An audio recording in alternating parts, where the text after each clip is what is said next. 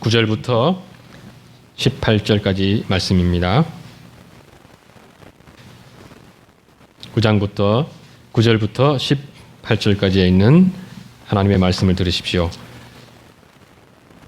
엘리야가 그곳 굴에 들어가 거기서 머물더니 여호와의 말씀이 그에게 임하여 이르시되 엘리야야 내가 어찌하여 여기 있느냐. 그가 대답하되 내가 만군의 여호와 하나님 여호와께 열심히 유별하오니 이는 이스라엘 자손이 주의 언약을 버리고 주의 제단을 헐며 칼로 주의 선지자들을 죽였음이오며 오직 나만 남았거늘 그들이 내 생명을 찾아 빼앗으려 하나이다. 여호와께서 이르시되 너는 나가서 여호와 앞에서 산에 서라 하시더니 여호와께서 지나가시는데 여호와 앞에 크고 강한 바람이 산을 가르고 바위를 부수나 바람 가운데에 여호와께서 계시지 아니하며 바람 후에 지진이 있으나 지진 가운데서도 여호와께서 계시지 아니하며 또 지진 후에 불이 있으나 불 가운데서도 여호와께서 계시지 아니하더니 불 후에 세미한 소리가 있는지라 엘리야가 듣고 그곳으로 얼굴을 가리고 나아가 굴 어귀에 서매 소리가 그에게 임하여 이르시되 엘리야야 내가 어찌하여 여기 있느냐. 그가 대답하되 내가 만군의 하나님 여호와께 열심히 유별하오니 이는 이스라엘 자손이 주의 언약을 버리고 주의 제단을 헐며 칼로 주의 선지자들을 죽였음이오며 오직 나만 남았거늘 그들이 내 생명을 찾아 빼앗으려 하나이다. 여호와께서 그에게 이르시되 너는 내 길을 돌이켜 광야를 통하여 다메섹에 가서 이르거든 하사엘에게 기름을 부어 아람의 왕이 되게 하고 너는 또 님스의 아들 예후에게 기름을 부어 이스라엘의 왕이 되게 하고 또 아벨 모홀라 사밧의 아들 엘리사에게 기름을 부어 너를 대신하여 선지자가 되게 하라. 하사엘의 칼을 피하는 자를 예후가 죽일 것이요 예후의 칼을 피하는 자를 엘리사가 죽이리라. 그러나 내가 이스라엘 가운데에 7,000명을 남기리니 다 바알에게 무릎을 꿇지 아니하고 다 바알에게 입맞추지 아니한 자니라. 엘리야가 거기서 떠나 사밧의 아들 엘리사를 만나니 그가 12 겨리소를 앞세우고 밭을 가는데 자기는 12째 겨리소와 함께 있더라. 엘리야가 그리로 건너가서 겉옷을 그의 위에 던졌더니 주께서 이 말씀을 사용하셔서 우리에게 필요한 은혜 베풀어 주시기를 원합니다. 큰 찬송은 90 말씀 섬겨 주시겠습니다.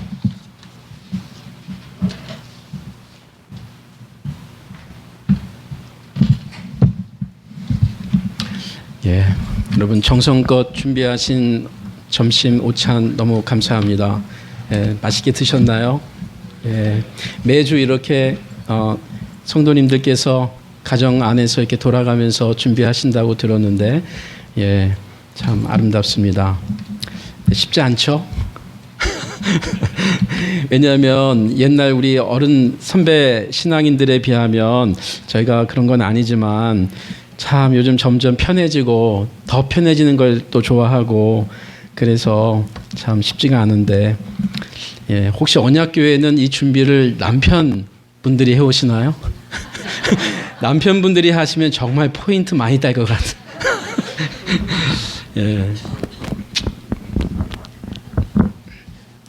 저는 제 아내한테 잘하는 건 별로 없는데 한 가지 잘하는 건 설거지하고 분리수거 쓰레기는 잘합니다. 여러분 혹시 좋아하시는 노래가 어느 곳이 있으세요? 찬송가 말고 너무 경건하셔서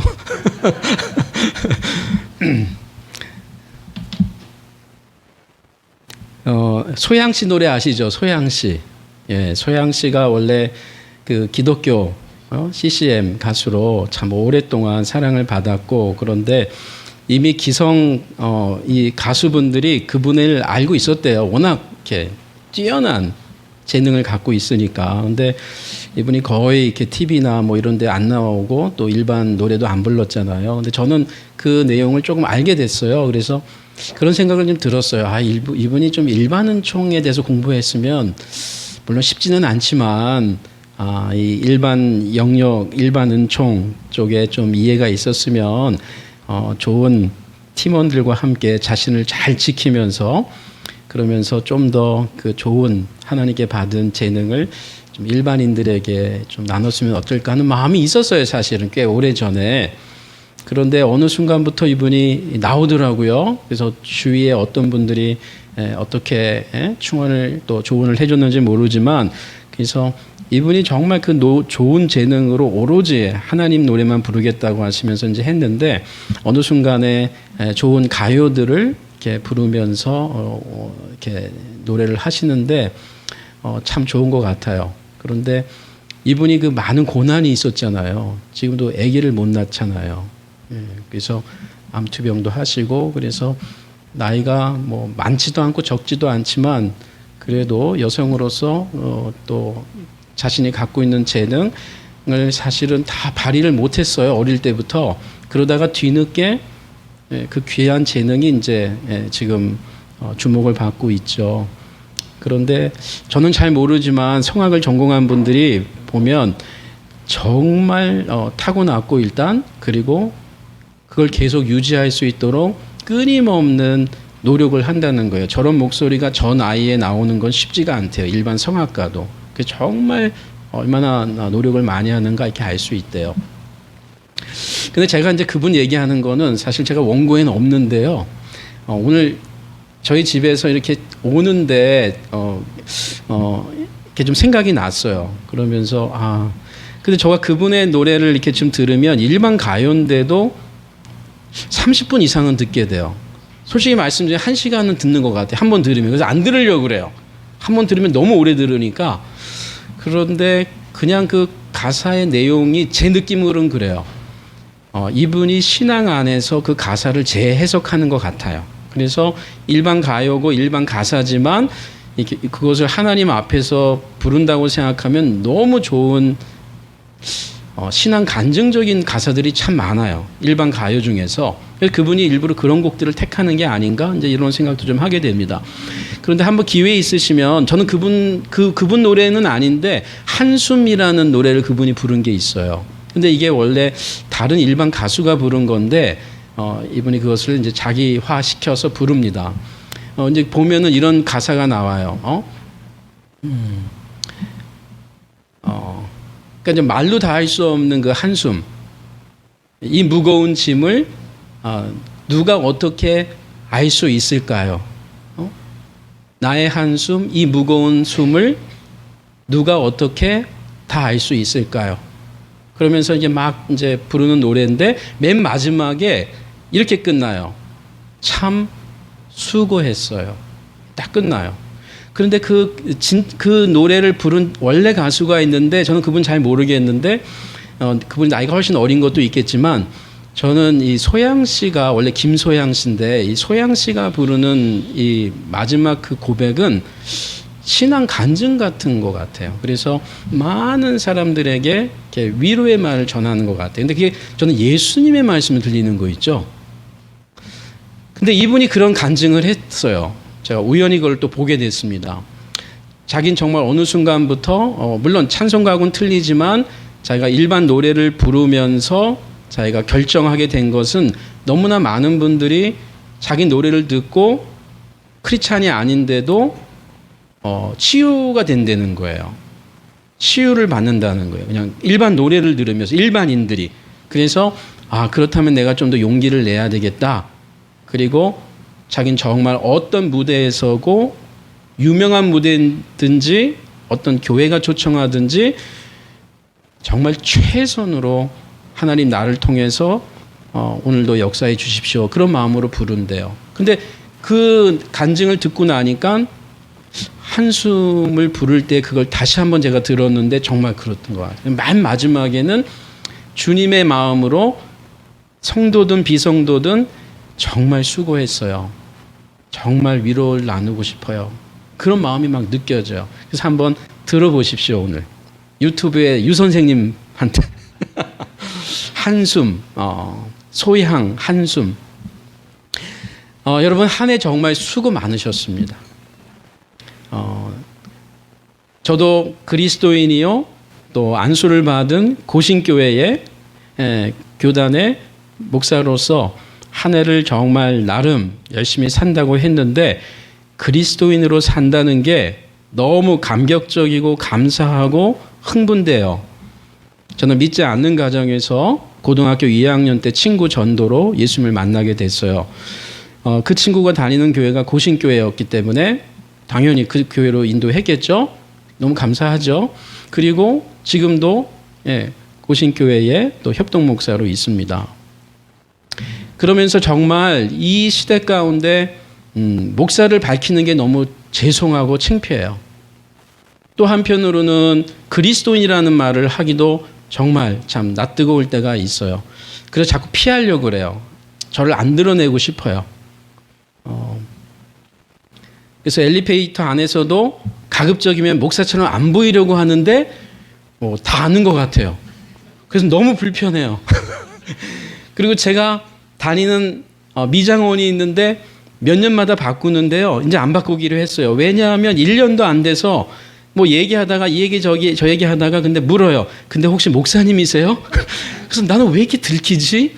안 드러내려고 하는데 저 전도 안 해요. 그냥 잘해주기만 해요. 고맙다고 그러고 좀 음료수 주고 좀 잘해줘요. 그냥 제 머리 조금 더 잘 깎아주세요. 그런 마음도 아니에요. 그냥 고마워요 정말. 그런데 어떻게 알았어요? 얘기하면 자기 신자가 아니지만 좀 느껴진대요. 그래서 제가 좋은 거예요? 나쁜 거예요? 그랬더니 나쁜 건 아니래요. 그러면 자기도 교회 다니다가 옛날에 상처받았대요. 그래서 전도하기가 정말 힘이 들어요. 여러분들 한 해 어떻게 살아오셨습니까? 그리스도인으로서 얼마만큼 가족들 안에서 친척들 안에서 드러내셨습니까? 참 어렵죠. 같은 성도들끼리도 또 시어머니도 그리스도인이고 권사님이시고 나도 집사인데 참 어렵죠. 저희 나라는 과거에 약 70년, 광복 70년이 다른 나라의 700년보다 더한 그 격변입니다. 서구 사회 선진국이 1000년에 맞이할 걸 저희는 70년에 다 맞이했어요. 가장 못 사는 나라에서 정말 이제 미국, 유럽 어디를 가도 지금 10대 애들이 절대로 기죽지 않아요. 화장실을 가도 불평해요. 우리나라가 훨씬 좋다는 거예요. 일반 공중 화장실을 가도 휴게소 어디를 가도 훨씬 좋아요. 물건도 훨씬 좋아요. 심지어 먹는 칩스도 훨씬 맛있어요.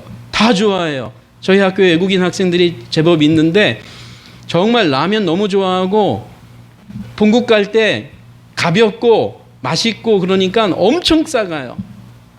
롯데, 오리온, 골고루 너무 좋아한대요. 우리나라가 언제부터 이렇게 됐는지 모르겠어요. 핸드폰 정말 최상이에요. 유럽 사람들이 와서도 우리나라의 지하철 시설을 보고 정말 놀래요. 감탄해요. 음식도 너무 맛있대요. 팁도 안 받는데요. 텍스도 없대요. 너무 좋아해요. 지금 K-팝 여러분 상상이 되십니까? 제가 오전에 말씀드렸지만 저는 63년생이에요. 제가 고등학생 때부터 대학생 때까지도 저희 형님 누님이 있었기 때문에 저희 형 누나를 통해서 팝송을 배웠어요. 비지스 노래, 아바 노래 정말 좋아했어요. 가사가 뭔지도 모르고 따라했어요. 근데 지금 우리나라 말이 무슨 말인지도 모르면서 미국, 유럽, 아프리카, 동남아시아, 중국, 일본 어디를 가도 우리나라 노래를 따라해요. 배우고 있어요. 정말 우연 같지는 않아요. 그런데 한편으로는 너무 힘이 들어요. 너무 힘이 들어요. 자살률이 10년 넘도록 우리나라가 1위예요. 10대들의 자살률은 타의 추정을 불허합니다. 계속 역대 1위예요. 이혼율이 OECD 국가 중에 1위, 2위입니다. 황혼 이혼율 제일 높습니다. 우리나라의 지난 70년 동안의 그 격변기, 정치적, 사회적, 경제적 가장 밑바닥에서 최상으로 달리고 있는 이 시대 가운데 우리의 정신이 붕괴돼 버렸어요. 그래서 시어머니 며느리는커녕 부모와 자식, 아니 같은 친구들끼리도 어느 지방에서 어느 고향에서 자랐느냐에 따라서 같은 나이, 같은 연도인데도 대화가 틀려요. 서로 문화가 이해를 못해요. 그러니까 우리나라만큼 며느리와 시어머니의 갈등이 있는 것은 어떻게 보면 너무 당연한 거예요. 시어머니들은 세탁기 이런 걸 경험 못 해봤어요. 지금은 건조기까지 있어요. 뭘 말로 표현할 수 없어요. 그냥 이런 경제적인 문제가 아니고 그 안에 있는 사고, 생각, 문화가 같은 나라지만 전혀 다른 나라 사람이라고 할 수밖에 없을 만큼 우리는 어마어마한 문화적 충격을 세대별로 같은 세대끼리도 갖고 있습니다. 지금 계층 간의 여러분 갈등을 아시나요? 그래서 묻지마 살인이라든지 우리나라만큼 우울증과 그리고 이 분노 장애가 많은 국가가 없습니다.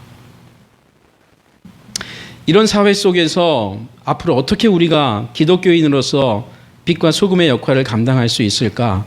참 많은 숙제가 있습니다. 우리 부모님 세대의 이혼이라는 것은 생각도 못했습니다. 그런데 이제 그분들이 나이가 늙었어도 1년이라도 인간답게 살고 싶다고 그러면서 어머니들이 할머니들이 이혼을 요구합니다.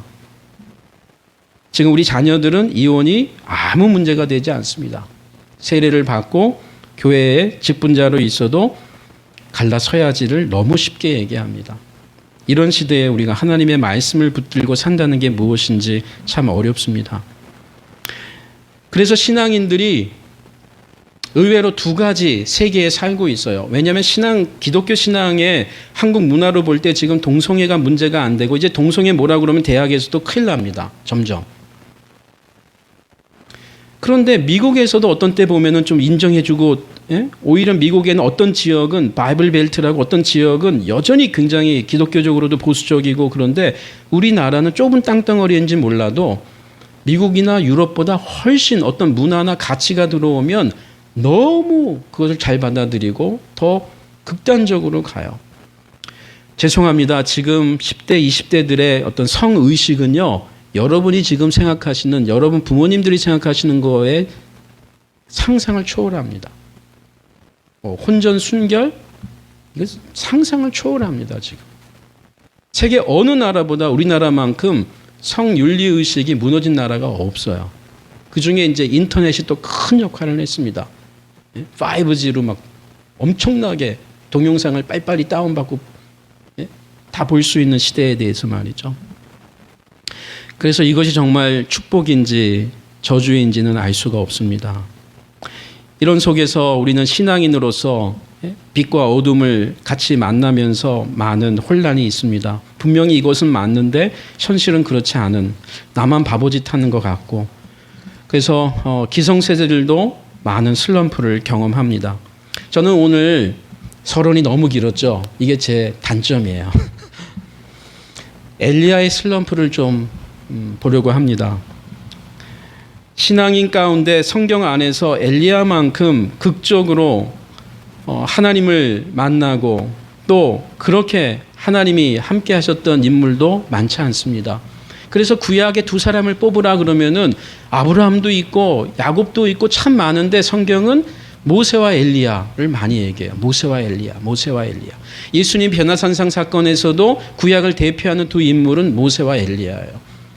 그래서 하나는 예수를 위하여, 하나는 모세를 위하여, 하나는 엘리야를 위하여 초막을 지읍시다 라고 할 때 그 모세와 엘리야의 환상이 나타나는 것도 우연이 아니에요. 그 인물 중에 한 사람이 엘리야예요. 거기다가 엘리야는 어떤 인물이에요? 모세도 어떻게 죽었는지 우리가 알지 못해요. 그렇지만 엘리야는 죽음 자체를 경험하지 않았다고 그래요. 그냥 산채로 승천한 인물 에녹과 엘리야인데 그 중에 엘리야입니다. 그러니 에녹과 엘리야를 비교하면 에녹은 그냥 평범하게 살다가 평범하게 결혼하고 평범하게 자녀 낳고 평범하게 하나님과 동행하면서 산채로 승천한 것으로 소개합니다. 그러니까 그 평범함이 정말 얼마나 어렵다는 걸 보여주는 거죠. 그러나 하나님과 동행했던 에녹에 대한 소개는 너무 짧아요. 한 장이 아니에요. 몇 절밖에 안 돼요. 근데 엘리야는 33년 동안 사역한 것을 우리에게 요약적이지만 매우 길게 소개해줘요. 그런 점에서 또 각별한 인물입니다. 엘리야는 북쪽 이스라엘의 선지자였습니다. 솔로몬 이후 다윗 왕조는 안타깝게도 남쪽과 북쪽으로 갈라지죠. 마치 우리나라의 남한과 북한이 갈라지듯이 분열합니다. 이때가 예수님 오시기 약 931년 전입니다. 그리고 남쪽 유다는 이 다윗 지파, 정통 지파를 중심으로 다윗 왕조, 하나의 왕조가 계속 이어지죠. 그렇죠? 그런데 북쪽 이스라엘은 하나의 왕조가 아닌 10개의 왕조가 들쑥날쑥하면서 죽이고 죽고 하면서 계속 혼란이 많은 그러한 격변의 사회와 정치가 벌어지고 있는 마당이 북쪽 이스라엘입니다. 그러면서 208년 동안 북쪽 이스라엘이 유지합니다. 솔로몬 이후에 땅이 갈라지고 얼마 못 가서 아수르라고 그러죠. 침략 가운데 북쪽 이스라엘이 먼저 멸망합니다. 그때가 722년이에요. 기원 전, 예수님 오시기 전, 그렇죠? 그리고 남쪽 유다는 586년이 되어서 조금 뒤늦게 150년이 지나서 이제 멸망하게 됩니다. 그런데 이 북쪽 이스라엘은 이 10개의 지파들이 5개의 왕조를 이루면서 19명의 왕들이 나오는데 그중에 7명의 왕들이 살해를 당해요. 그러니까 거의 반이 제명에 못 죽고 그것도 살해를 당해요. 같은 이스라엘 사람들끼리. 그중에 왕 한 분은 자살을 하기도 합니다. 이게 북이스라엘의 혼란이었어요. 그런데 엘리야는 바로 이 혼란스러운 북이스라엘의 선지자로 부름을 받습니다. 구약의 많은 선지자들이 글을 남기죠. 예언을 남깁니다. 예레미야, 이사야, 호세야, 그렇죠? 요엘 등등. 근데 이 엘리야와 엘리사는 어떤 선지자보다도 강력한 예언을 받고 사역을 하고 말씀을 전하고 많은 이적과 기적을 행했음에도 불구하고 글을 남기지 않았어요. 그렇죠? 그래서 엘리야서는 없어요. 엘리사서도 없습니다. 마치 예수님이 많은 사역을 했음에도 글을 안 남긴 것과 좀 유사하다고 할 수 있을까요? 어쨌든 그는 자기의 몸으로, 언어로, 삶으로 모든 걸 다 쏟아 부었습니다. 엘리야는 북쪽 이스라엘 선지자로서 33년 동안 사역했어요. 특별히 아합 왕이라고 하는 이 이스라엘의 5대 5개의 다른 왕조 가운데 가장 극악한 왕조라고 할 수 있는 아합 시대입니다. 아합은 오므리 왕의 아들이었어요. 그래서 오므리 왕조라고 얘기합니다. 그런데 이때는요, 북쪽 이스라엘이 사실 가장 경제적으로 번성했던 때예요. 북쪽 이스라엘이 생기고 남쪽 유다를 포함해서 가장 경제적으로 왕성했던 때가 아합 때예요. 이때 엘리야가 선지자로 부름을 받습니다. 하지만 동시에 야훼 신앙, 여호와 유일신 신앙에서 가장 바닥을 치던 때이기도 합니다. 즉 불신앙이 가장 밑바닥까지 번성했던 때가 아합 시대입니다. 여기서 신앙으로부터 멀어졌다는 것은 이들이 하나님을 예배드리지 않았다는 것이 아니에요. 하나님께 예배 드렸어요. 오히려 성전도 만들었어요. 북쪽 이스라엘 사람들이 남쪽을 그리워하겠죠. 왜요? 성전이 없으니까. 예루살렘의 성전을 그리워할 수밖에 없어요. 그러니까 단과 북쪽 단과 남쪽의 베델이라는 곳에 성전을 지었어요. 이스라엘 예루살렘 성전을 부러워하지 말라고 더 크게 졌어요. 그래서 그들은 사실 예배를 드릴 수 있었어요. 그런데 여호와께 예배도 드렸지만 이들은 바알 신도 함께 섬깁니다. 아세라 신도 함께 섬겨요. 성경은 이것을 아주 분명하게 얘기하죠. 하나님께 예배드리는 것이 아니다라고요. 다시요, 이들은 야훼 신앙을 버린 적은 없어요. 함께 섬겼어요. 여호와도 예배하고 바알도 예배했어요. 성경은 그것을 뭐라고 그래요? 간음했다. 그리고 하나님을 예배하는 것이 아니다. 왜냐하면 하나님은 오직 한 분이시기 때문에. 이렇게 생각하시면 좋아요. 결혼하신 분들에게는 결혼했는데 난 당신하고 법적으로 부부고 저 사람은 나의 플라토닉 사랑이야. 나는 저 사람도 사랑해. 그래서 아내가 둘인 거예요. 그거는 자기 아내를 사랑하는 게 아니죠. 그렇죠? 그런데 말은 계속 다 사랑한대요. 다 떠날 수 없다고 그래요.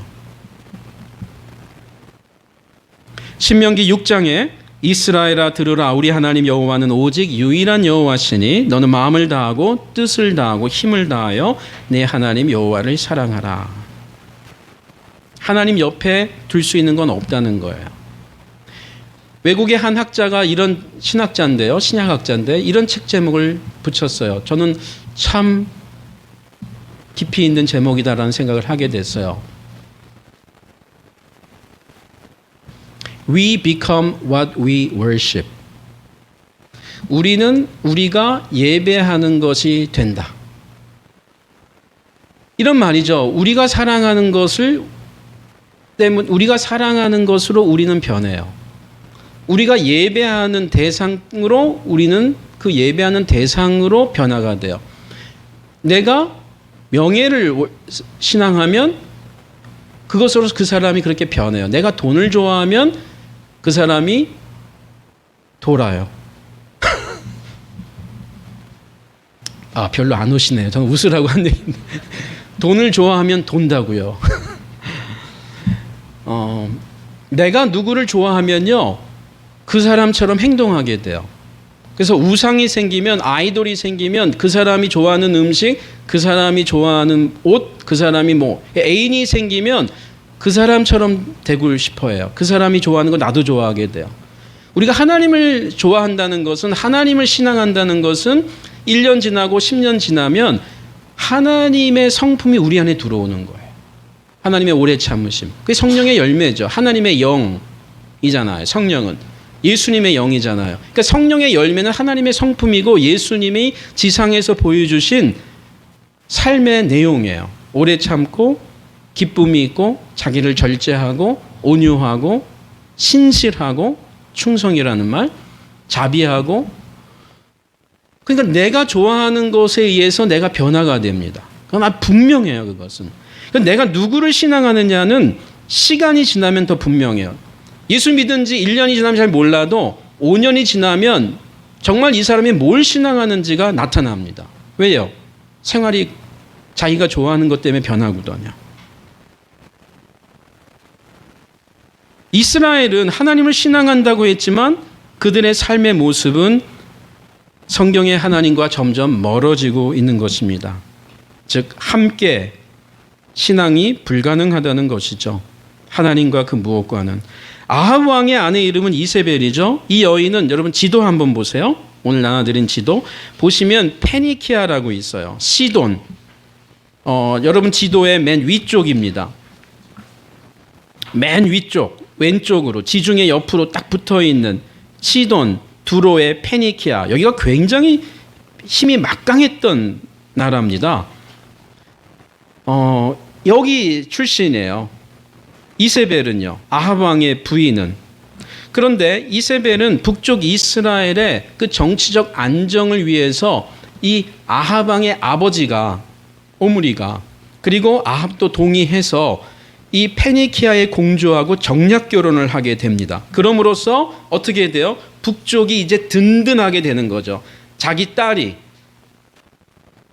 공주로 있는 왕비로 있는 그 나라를 침략하지 않는 거예요. 서로 조약을 맺는 거예요. 그래서 아합 왕 때에는 정치적으로도 군사적으로도 막강했던 때를 맞이합니다. 그러면서 이 페니키아의 신이었던 바알을 같이 맞이합니다. 이 이세벨이 가지고 온 것이죠. 성경은 이 상황을 이렇게 소개해요. 여러분 열왕기상 16장을 보세요. 30절입니다. 열왕기상 16장 30절. 오므리의 아들 아합이 그의 이전의 모든 사람보다 여호와 보시기에 악을 더욱 행하여 느밧의 아들 여로보암의 죄를 따라 행하는 것을 오히려 가볍게 여기며 시돈 사람의 왕 엣바알의 딸 이세벨을 아내로 삼고.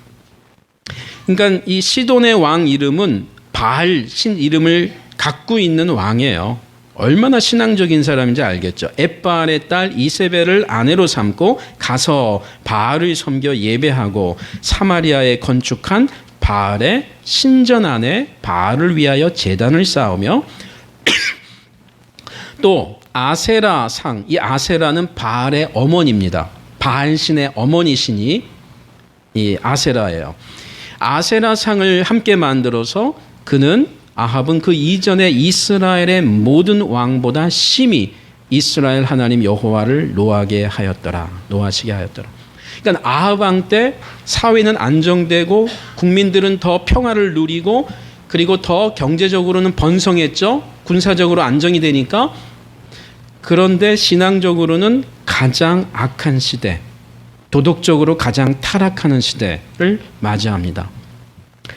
아합 이세벨 통치는 열왕기상 17장부터 열왕기상 마지막 22장까지 7장에 걸쳐서 길게 나옵니다.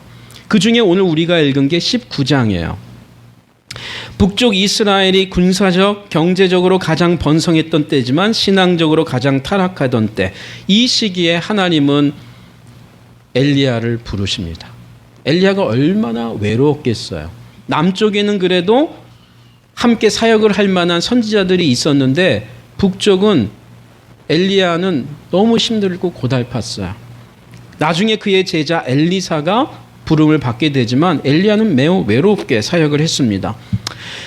어찌 보면 지금 이 열왕기상에 있는 19장에 있는 이 이스라엘은 오늘 우리나라와 저는 참 유사하다고 생각이 됩니다. 대한민국이 건국 이래, 건국이 아닌 고조선 때부터 지금까지 이렇게 잘 살던 때가 또 있었나요? 저희 아버지는 31년생이에요. 어머니는 35년생이에요. 89세입니다, 아버지가. 저희 어머니 자주 하는 말이 있어요. 보릿고개를 아니? 그래서 우리 어른들의 인사는 진지 드셨어야 했어요. 식사하셨어요가 정말 중요한 인사였어요. 하루에 한 끼 먹기도 힘들었기 때문에. 식사하셨어요가 인사인데 어느 때부터 우리는 그 인사가 이제 없어졌죠.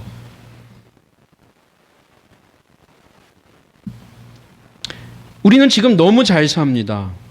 정말 너무 인정받습니다. 외국도 우리를 무시는 못합니다. 그런데 남북은 갈라져 있어요. 그리고 빈부의 격차는 점점 심해지고 있고요. 그리고 신앙적으로는 지금 한국 교회가 바닥을 치고 있습니다. 앞으로 향후 5년은 더 바닥을 칠 것 같아요. 지금 이미 거의 날개 없이 추락하는 새처럼 계속 해마다 추락을 하고 있는데 그래도 깨어있는 성도, 깨어있는 목회자 때문에 하나님이 불쌍히 여기시는 것 같아요. 그러나 주류는 완전히 맛이 갔습니다. 제가 있는 학교가 어느 한 교단의 학교가 아니기 때문에 너무 잘 압니다. 용서하십시오. 우리 학생들 가운데 몇 년 전이긴 합니다만 제가 얘기하면 알 수 있는 어느 교단의 유명한 분이에요. 그런데 저희 학교 학생이 졸업하고 그 교회에서 사무일을 보다가 성폭행을 당했어요. 울면서 저한테 전화를 한 거예요. 어머니는 아시니? 어머니 안 돼요. 같이 만나자. 만났어요. 제가 그랬어요. 제가 힘은 없지만 만약에 이분 굉장히 유명한 분인데 만약에 이거를 정말 드러내실 마음이 있다고 그러면 저도 제 이름 걸고 한번 해보겠습니다. 제가 가까운 기독교 상담소를 소개해 줬어요. 굉장히 거기도 유명. 근데 갔더니 그분이 리스트에 있대요. 그런데 버젓이 지금도 부흥 강사하면서 자기 교회에서 떵떵거리고 있어요. 큰 교회예요. 얘기하면 다 알아요. 그 상담소에 가니까 한국 목회자들이 여기 쫙 리스트에 있어요. 이단이 아니에요. 지금 청소년 사역자들이 다 넘어갑니다. 아니 자기가 넘어가고 싶어하는 것 같아요. 그 사역자도 문제지만 지금 아까 초기에 말씀드린 것처럼 우리 지금 10대들의 성의식이 너무 무너져 버렸어요. 그냥 좋아하면 같이 음식을 먹듯이 그냥 한밤을 지낼 수 있다는 거예요, 지금. 교회 안에 있는 청년들의 생각이에요. 중고등학생들의 생각이에요. 성경을 안 가리키니까 그런 거죠. 아니, 성경은 이제 한물 갔다는 거예요, 지금 이 시대에. 여러분, 이게 어떻게 용인이 되고 있습니까? 이건 한두 사람의 문제가 아니에요. 전체가 지금 낯을 잃었기 때문이에요.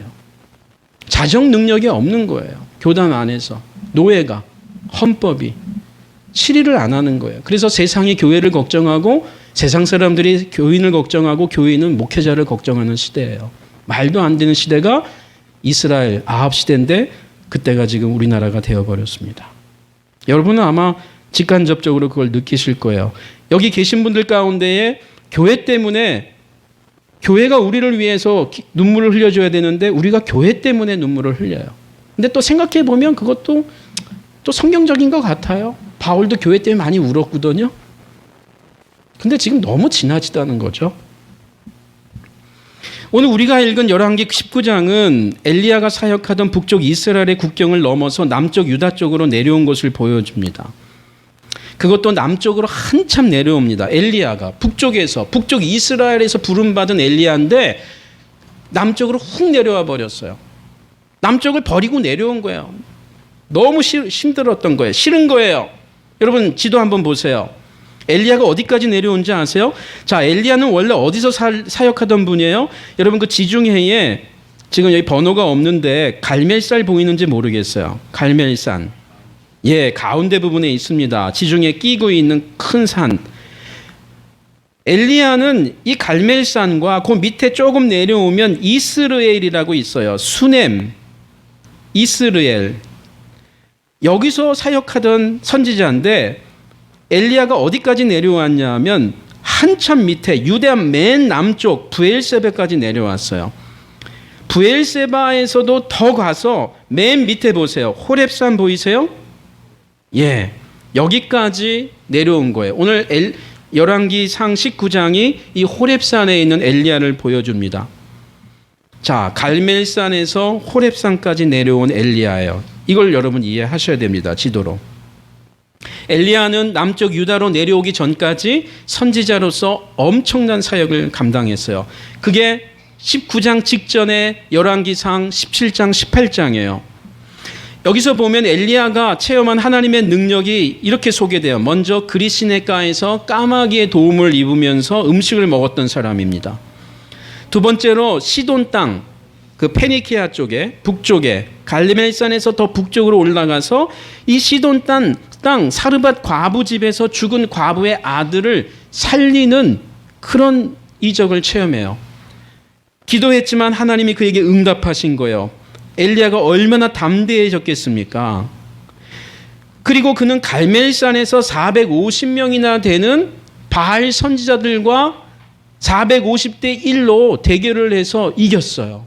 어마어마한 사건이 벌어졌습니다. 자기는 죽음을 각오하고 싸웠는데 하나님이 살려주셨어요. 그래서 자기 제단에만 불이 내리는, 그것도 물을 흠뻑 묻힌 그 제단에 말이죠.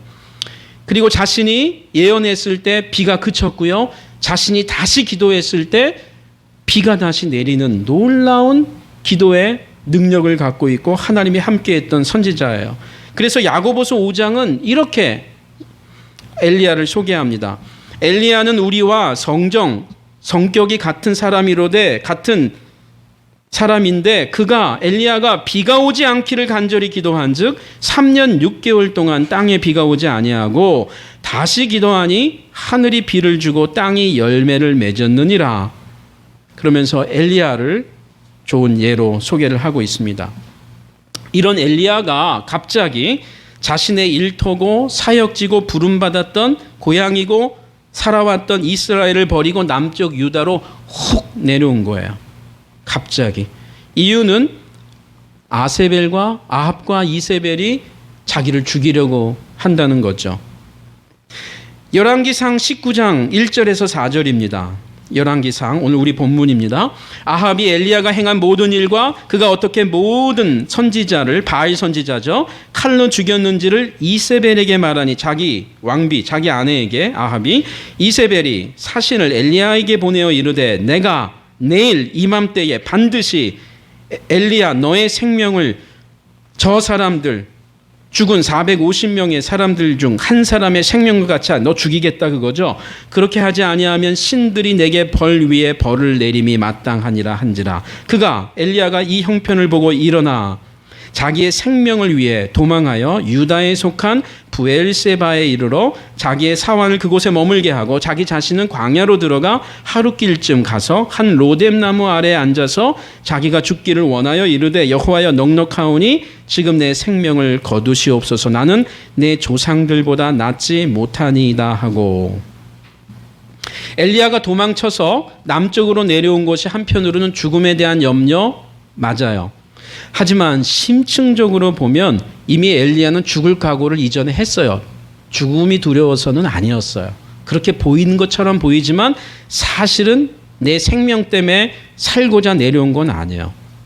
지금 엘리야는 아합과 이세벨이 자기를 죽이겠다고 내일이면 너 죽이겠다, 내일까지는 너 죽인다 라고 하는 이 위협 때문만은 아니었어요. 더 중요한 이유는 하나님에 대한 실망입니다. 하나님에 대한 상실감. 그렇게 나와 함께하면서 기가 막힌 역사 가운데 살아계심을 보여주신 하나님에 대해서 실망, 상실하게 된 그것은 엘리야가 극복하기가 너무 힘들었어요. 나 죽는 건 죽을 수 있어요. 그런데 하나님에 대한 실망은 그가 극복하기가 어려웠습니다. 엘리야의 불평을 보십시오. 19장 4절입니다. 자기가 죽기를 원하여 이르되 여호와여 넉넉하오니 지금 내 생명을 거두시옵소서. 엘리야의 이 말을 조금 더 오늘날로 풀면 이런 의미예요. 하나님, 이게 뭡니까? 제가 죽음을 각오하고 혼자서 400명이 넘는 바알의 선지자들과 죽음을 각오하고 싸웠던 제가 아닙니까? 그리고 하나님이 기가 막히게 불로 응답해서 제가 그들을 이기지 않았습니까? 아니, 하나님이 저로 이기게 하신 하나님입니다. 주님께서 제 기도를 들으시고 몇 년 만에 비도 내리게 하신 분이 아닙니까? 여기까지는 좋았습니다. 그런데 왜 아합과 이세벨 이 두 사람 죽지 않고 그냥 내버려 두십니까? 아니, 죽지 않더라도 이 두 사람이 이 어마어마한 하나님의 기적을 보았으면 회개하고 죄를 이제 인정하고 용서를 빌어야 된 것으로 나는 생각했는데 더 강팍해졌습니다. 하나님 왜 지금 가만히 계세요? 저를 죽이려고 하는데 제가 생명이 두려워서가 아니에요. 아합과 이세벨이 왜 여전히 이렇게 교만하고 당당합니까? 주님은 왜 저를 부르신 겁니까? 갈멜산에서 이런 기적을 며칠 전에 베푸신 거 이해가 되지 않습니다. 계속 이어서 일을 해 주셔야지요. 결국 나의 진정한 적은 선지자 바알 선지자들이 아니고 그들을 허락한 아합 왕이고 이세벨이잖아요. 근데 왜 이들이 회개도 안 하고 더 교만해지고 더 이렇게 힘을 막강하게 행사합니까? 그거였어요. 그래서 일하기 싫었던 거예요. 저는 이제 피곤합니다. 더 살고 싶지도 않아요. 저를 이제 좀 데려가 주세요. 그리고 하나님이 자기를 부른 그 이스라엘 땅을 갈멜산을 그냥 떠나버린 거예요. 하나님이 너 여기서 일해라 했는데 떠나버린 거예요. 하나님 제 삶에 이제 더 이상 개입하지 말아주세요. 바로 이런 상황 중에 하나님께서 엘리야에게 찾아오셨습니다. 그리고 말씀하십니다. 오늘 제 제목입니다. 엘리야야, 네가 어찌하여 여기에 있느냐? 너 왜 여기 있니? 왜 여기 남쪽까지 이렇게 깊이 내려왔어? 오늘 저와 여러분에게도 찾아오셔서 동일하게 건네시는 주님의 음성이기도 합니다. 제가 여러분의 이름은 모르지만 너 왜 여기 있니? 이게 그냥 문자적인 질문만은 아닐 겁니다. 하나님이 부엘세바에 호렙산까지 내려온 거 몰라서가 아니죠. 호렙산은 거룩한 산이에요. 부엘세바도 거룩한 땅이에요, 사실. 너 왜 여기 있어? 는 그냥 이 언약교회 당에 있어의 문제가 아니에요. 네 마음이 좀 왜 그래? 마음은 지금 몸은 예배당에 있는데 네 마음은 왜 그래? 그렇게 용감하게 하나님을 대변했던 선지자 엘리야, 그가 지금은 자신의 마음도 추스리지 못하는 나약한 사람. 하나님이 계시다고 선포하기는커녕 이제 계신 것도 나는 모르겠습니다. 로 그렇게 나락에 떨어진 엘리야. 몇 개월 전에 엘리야하고는 비교할 수 없는 엘리야. 슬럼프도 깊은 슬럼프에 빠져버린 엘리야입니다. 같은 사람이 어떻게 이렇게 다른 사람이 된 것일까요? 그렇습니다. 이것이 인간입니다. 나약한 인간의 모습입니다. 1년 전에 정말 무엇이라도 주님의 이름을 위해 살 것 같았던 내가 1년 후에 갑자기 교회도 가고 싶지 않은, 오늘 또 주일이야? 왜 이렇게 주일이 빨리 돌아오지? 이것이 연약한 우리의 모습입니다. 하나님은 엘리야를 향해 지금 다가가십니다. 9절과 13절 두 번이나 반복해서 말이죠. 엘리야야, 네가 어찌하여 여기 있느냐. 두 번 엘리야에게 다가갑니다. 이 하나님의 짧은 질문에 엘리야는 기다렸다는 듯이 그동안 계속 침묵하고, 아합이 이세벨이 나를 죽이려고 할 때 아합은, 여러분, 엘리야가 기도 안 했겠어요? 기도의 사람인데 기도했어요. 유다로 내려올 생각이 없었어요. 남쪽으로. 아무 응답이 없는 거예요. 뭘 어떻게 하라고 응답이 없는 거예요.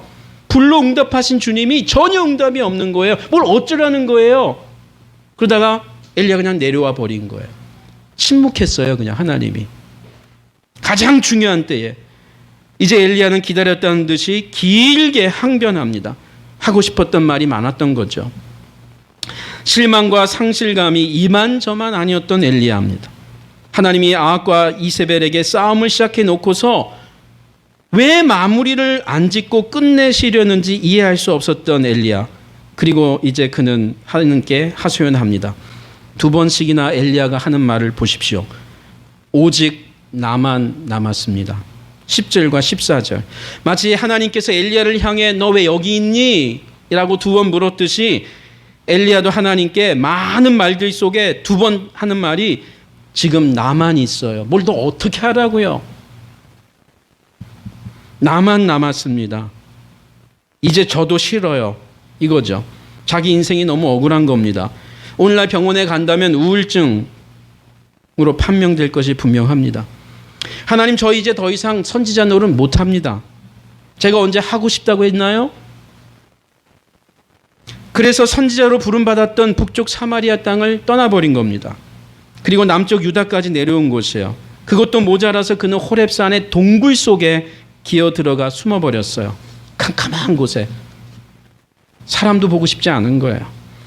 혹 이 자리에도 동굴 속에 있는 것 같은 분이 있는지 모르겠습니다. 혹 여러분이 하고 있는 일, 직장이나 사업이나 공부나 또 가족의 상황이나 친정의 상황이나 당장 그냥 그만두고 싶은 분, 그 무엇이라도 아무것도 하고 싶지 않은 분, 그렇다면 엘리야가 바로 그런 심정입니다. 직장이나 하고 있는 사업이 자꾸 이상하게 꼬여서 내가 이 일을 계속해야 하나? 그런데 사실 하나님이 도와주신 사인이 분명히 있거든요. 근데 결정적인 순간에 안 도와주는 거예요. 자금이 딸리는 거예요. 정말 필요할 때에는 돈이 없는 거예요. 정말 필요할 때 나에게 사람을 안 붙여주는 거예요. 일 자체가 힘든 것보다는 우리의 마음을 힘들게 하는 사람이 계속 따라다니는 거예요. 도움을 주지 않고 그저 가만히 보고만 계시는 하나님이 원망스러운 거죠. 이런 엘리야에게 하나님이 다가가십니다. 11절 초반부예요. 여호와께서 이르시되 너는 나가서 이 동굴에서 나가서 여호와 앞에서 산에 서라 하시더니 먼저 네가 서 있는 캄캄한 어두운 동굴에서 나오라고 하십니다. 그리고 빛 대신 주님 앞에 다시 일어서라 라고 말씀합니다. 계속되는 성경 말씀을 보겠습니다. 11절 후반절입니다. 여호와께서 지나가시는데 여호와 앞에 크고 강한 바람이 산을 가르고 바위를 부수나 바람 가운데 여호와께서 계시지 아니하며 바람 후에 지진이 있으나 지진 가운데서도 여호와께서 계시지 아니하며 또 지진 후에 불이 있으나 불 가운데에도 여호와께서 계시지 아니하더니 불 후에 지진 후에 바람 후에 세미한 소리만 있는지라 라고 합니다. 이 구절은 신구약 전체를 통틀어서 하나님이 어떤 분인지를 보여주는데 매우 중요한 한 말씀 중 하나입니다. 여기서 중요한 것은 하나님의 나타나심, 하나님의 일하심에 대한 두 가지 상반된 현상이 동시에 나타나고 있다는 것입니다. 하나님은 바람, 폭풍 또는 지진이나 불 이런 큰 자연적인 현상을 동반하면서 자신을 드러내십니다. 출애굽기만이 아니에요. 창세기에서도 열왕기 많은 곳에서 하나님이 자신의 일하심을 나타나심을 임재를 드러낼 때 모세에게 불꽃 가운데, 이사야에게, 엘리야에게 지진과 불과 연기와 빽빽한 구름들과 이런 현상들을 통해서 하나님의 나타나심을 보여주시곤 했습니다. 실제로 엘리야는 몇 개월 전만 해도 이런 방법으로 하나님의 기적을 체험했어요. 임재를 체험했어요. 불로 응답하시는 하나님. 그런데 지금은 불이 일어났는데, 지진이 일어났는데 바람이 어마어마한 소리로 바위를 가르면서 지진들이 일어났는데 하나님이 보이지 않는 거. 그런데 세미한 음성 가운데 하나님이 나타나신 거예요. 하나님은 지금 과거 엘리야에게 나타났던 방식과는 전혀 다른 모습으로 자신을 보여주고 계십니다. 그것은 바로 세미한 소리 가운데 일하시는, 나타나시는 하나님. 큰 기적과 함께 나타나지 않으시는 하나님. 이전에는 큰 기적으로 나타난 하나님인데 큰 기적 이후에도 소리도 없고 모습도 없으시는 하나님. 그런데 세미한 소리 가운데 나타나셔서 사람과 사람이 얘기하듯 그냥 일상생활 중에 어떤 내가 지인과 이야기하듯이 나타나시는 하나님. 어떤 변화도 없는데 그런데 그 자리에 계시는 하나님. 생각해보면 하나님은 갈멜산에서 치열한 전투 상황에서만 함께했던 것이 아니었습니다. 갈멜산 전투 이전에도 갈멜산 전투가 끝난 후에도 하나님은 늘 엘리야와 함께 동행했습니다. 하지만 엘리야는 큰 기적 속에서만 하나님이 일한다고 생각했던 것이죠.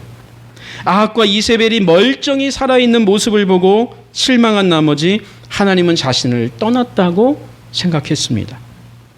엘리야는 이런 하나님을 향해 어떻게 대응하고 있습니까? 13절입니다.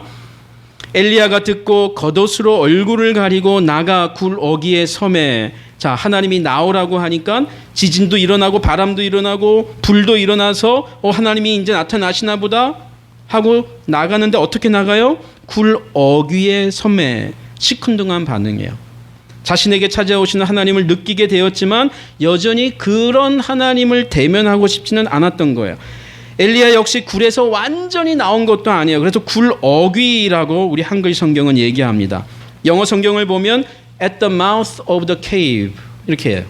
그 한 발은 굴 안쪽이고 또 다른 발은 굴 밖인 어둠과 빛이 엘리야의 발 한쪽과 또 다른 발 한쪽에 굴 어귀에 있는 엘리야의 지금 상태. 문자적으로만이 아니라 지금 마음도 그래요. 하나님을 내가 다시 받아들여야 하나 그냥 떠나야 하나. 어둠과 빛의 두 영역에 양다리를 걸치고 있는 엘리야. 이때 하나님께서 다시 한번 엘리야에게 세미한 소리로 말씀하십니다. 엘리야야, 네가 어찌하여 여기 있느냐. 13절 후반부입니다.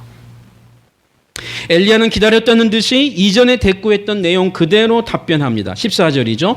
엘리야가 대답하되 내가 만군의 하나님 여호와께 열심히 유별하오니 이는 이스라엘 자손이 주의 언약을 버리고 주의 제단을 헐며 칼로 주의 선지자들을 죽였음이오며 오직 나만 남았거늘 그들이 내 생명을 찾아 빼앗으려 하나이다. 자, 하나님 앞에서 하나님께 원망은 못하고 이제 내가 죽게 됐습니다 라고 간접적으로 얘기하지만 실제로 서운한 건 뭐예요? 하나님 자신이었어요. 엘리야야 네가 어찌하여 여기 있느냐. 하나님의 두 번에 걸친 이 질문은 엘리야를 사랑하고 위로하기 위해 다가오시는 하나님의 몸짓입니다. 엘리야가 다시 회복하고 일어나서 해야 할 일이 있음을 보여주시는 하나님의 손내밈입니다. 하나님은 이미 천사를 통해 엘리야에게 떡과 물을 보내줬어요. 언제요? 이스라엘을 떠났을 때. 혼내고서 다시 올라가라가 아니고 엘리야 이해하는 거예요. 내가 가만히 있을 때 너 정말 힘들었지. 욥기 같은 거죠. 욥기죠. 욥. 침묵하시는 하나님. 그래서 하나님이 아세요. 그래서 떡과 물을 줬어요. 책망하지 않았습니다. 엘리야를. 너 믿음이 그 정도야? 책망하지 않았어요. 내가 너라도 너 나한테 서운할 거 내가 이해가 된다. 19장 5절과 7절 보세요.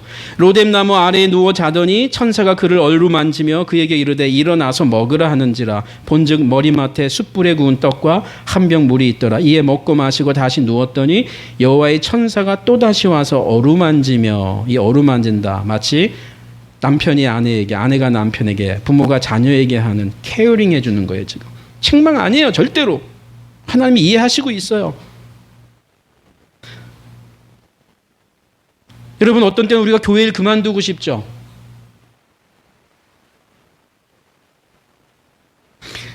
제가 미국에서 공부할 때 90에서 93년도에 제가 잊을 수 없는 라디오 방송 하나 있어요. 기독교 방송이었는데 거기서 이제 아주 유머 있는 얘기를 했어요. 그런데 큰 아들이 교회를 가기 싫다는 거예요. 그러니까 어머니가 어떻게 답변했는 줄 아세요?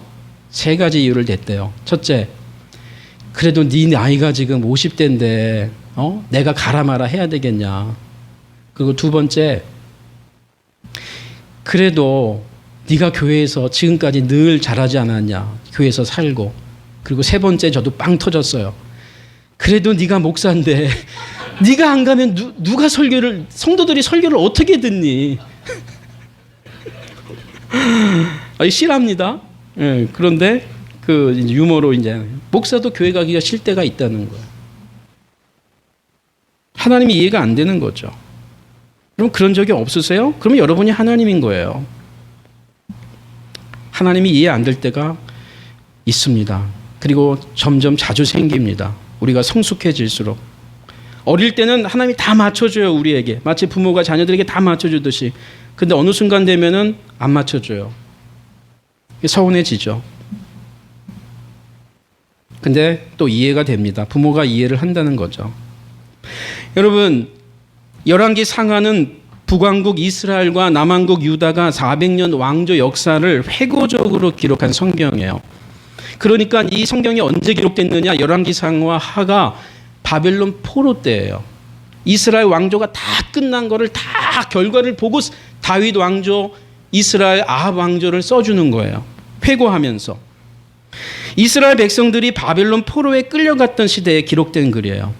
열왕기서 저자는 바벨론 포로에 잡혀온 이스라엘 백성을 동굴 속에 들어와 불평하고 있는 엘리야에 비유한 것은 아닌가 한번 생각해 봅니다. 그리고 오늘 실패와 낭망 중에 빠져 혼란스러워하는 우리 모든 그리스도인들에게도 주는 교훈일 겁니다. 하나님이 살아계신데 우리가 왜 이렇게 할례 받지 않은 백성이 끌려와 있지? 세미한 음성으로 나타나신 하나님은 엘리야에게 마지막으로 약속의 말을 전해주십니다. 19장 15절에서 18절인데 우리 다 읽었습니다. 제가 시간상 읽지는 않겠습니다. 이 말씀을 오늘날로 풀면 이런 의미입니다. 엘리야야, 너 지금 많이 힘들지? 네가 왜 여기 있니? 하고 난 다음에 하나님이 엘리야에게 하는 말입니다.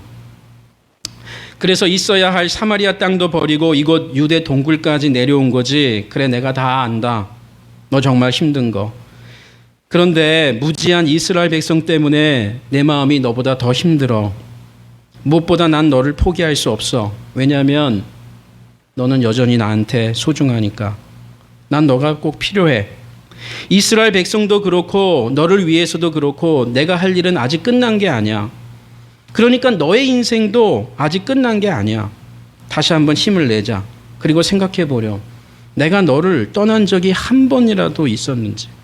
여러 사람들이 있었던 갈멜산에서도 너와 함께 있지만 네가 혼자 있는 이 동굴에도 난 지금 너와 함께 있어. 사람들 그렇게 두려워하지 말어. 이곳 동굴에서 빨리 나와. 네가 살던 땅으로 올라가야지. 너가 거기서 태어났잖아. 너가 거기서 자랐잖아. 네가 거기서 부름 받았잖아. 그곳에는 네가 할 일이 아직 남아있어.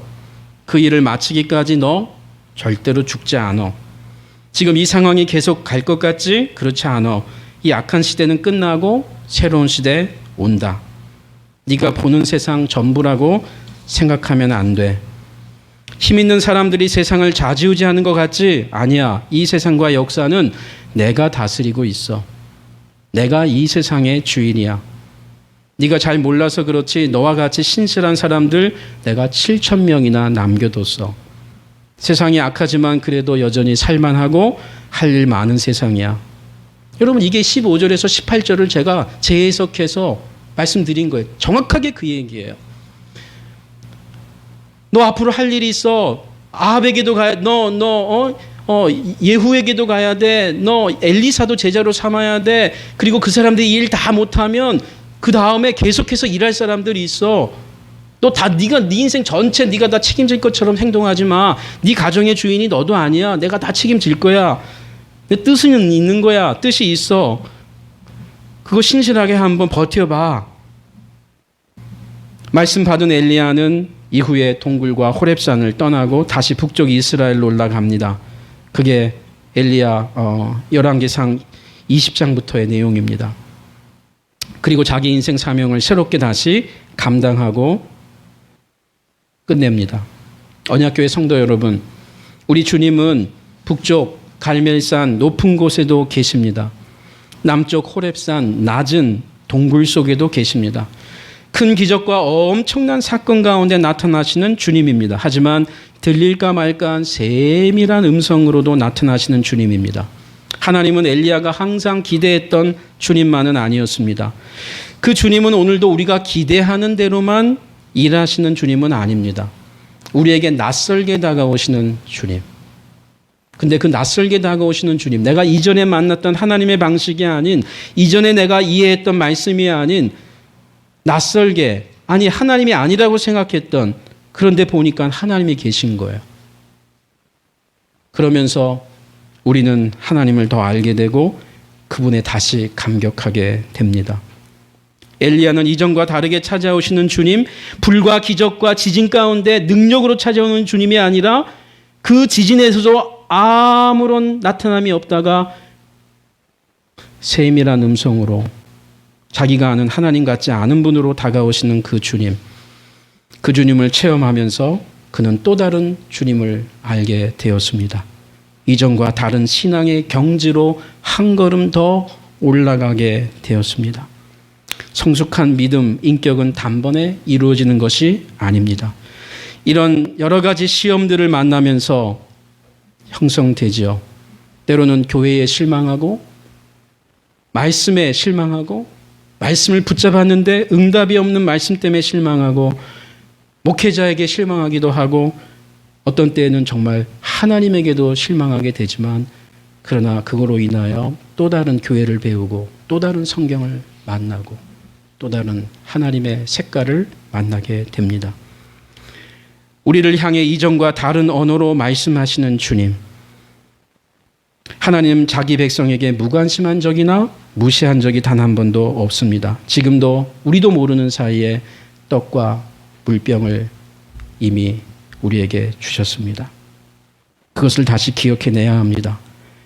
우연이라고 생각했던 거, 그냥 넘어갔던 거, 그것에 바로 하나님의 손길이 함께 했다는 것을 찾아내야 합니다. 우리는 이런 과정을 통해 오래 참고 계시는 주님을 배웁니다. 신비롭게 일하시는 하나님, 내가 다 알 수 없는 하나님. 이것이 제가 오늘 여러분과 나누고 싶었던 핵심입니다. 엘리야 너 어디에 있니? 라고 다가올 때에 우리에게 익숙하지 않았던 하나님, 아니 신비 자체이신 하나님, 우리가 다 알 수 없는 하나님, 죽을 때까지. 그러나 그 하나님 앞에 우리는 신실하게 나아가기를 원하는 하나님의 자녀.